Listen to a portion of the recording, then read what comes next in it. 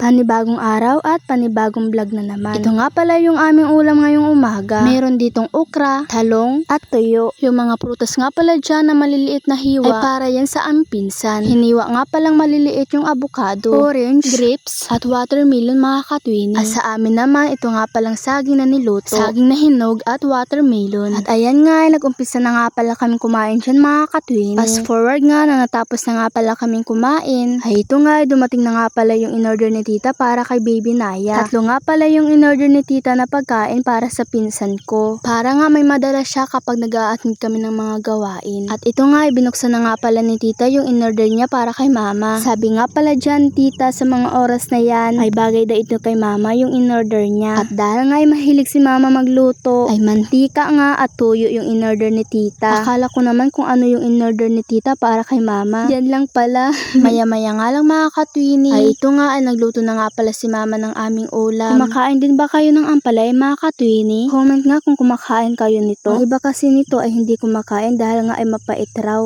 Opo, tama nga kayo, mapait talaga yung ampalaya. Pero kung nasanay nga kayong kumain nito, ay siguradong hahanap-hanapin nyo talaga itong ulam. Lalo na nga kapag itlog yung halo. Talagang the best talaga yung luto nito kapag itlog yung hinahalo. Fast forward nga ay sa mga oras na yan ay magba-Bible study nga pala kami. Alam nyo ba mga katwini na habang naglalakad kami dyan ay ramdam ko pa din talaga yung pagod. Dahil nga kahapon ay talagang nakakapagod. Tsaka ang sakit-sakit sa katawan mga katwini. Pero basta para sa Panginoon ay gagawin namin para sa kaligtasan din nila. Kasi alam nyo ba na palalang palala na talaga yung panahon ngayon. At ayan na nga pala ay nagsimula na nga pala kami mag-Bible study. Dito na nga pala kami sa loob ng bahay nila. Paano ba naman kanina ay parang uulan. Kaya ayan ay pinapasok na nga lang pala kami dyan mga katwini. Pagdating nga pala namin dyan ay nagsimula na agad kami. Dahil nga pagkatapos nyan ay may pupuntahan pa kami upang mag-Bible study din mga katwini. Maya-maya nga lang mga katwini ay ito nga ay natapos na nga pala yung pagba-Bible study namin. Ang ganda dito ng lugar nila mga katwini. Paano ba naman ay maraming mga pananim dito. Ito nga pala yung mga pananim nila mga katwini. Bising-bising nga pala sila dito. Paano ba naman ay nag-aayos sila ng garden nila. Ang mas maganda pa nga pala dito ay yung mga bahay nila ay may mga kulay. Ang ganda talaga tignan yung lugar nila dito mga katwini. Fast forward na nga pala mga katwini ay nandito na nga pala kami sa isang bahay upang mag-Bible study din. Nagsimula na nga pala kami dyan mga katwini. Yung pakaalam ko talaga mga katwini ay 4 na bahay yung pupuntahan namin. Pero pumunta na lang dito sila mga katwini para hindi na kami pumunta sa kanilang bahay. Kasi naman ay ang bilis talaga ng oras kung iisa-isahin pa namin yung mga bahay nila. Maya-maya nga lang mga katwini ay umuwi na nga pala kami. Ako lang ba yung nasasarapan sa kape kapag may kanin? I-try nyo na din ito mga katwini. At ito nga pala yung ulam namin ngayong gabi mga katwini. Adobong karne. O siya, dito ko na nga pala tatapusin yung aking vlog. Huwag kalimutan mag-follow, like and comment. Thank you for watching. Bye! Mwah!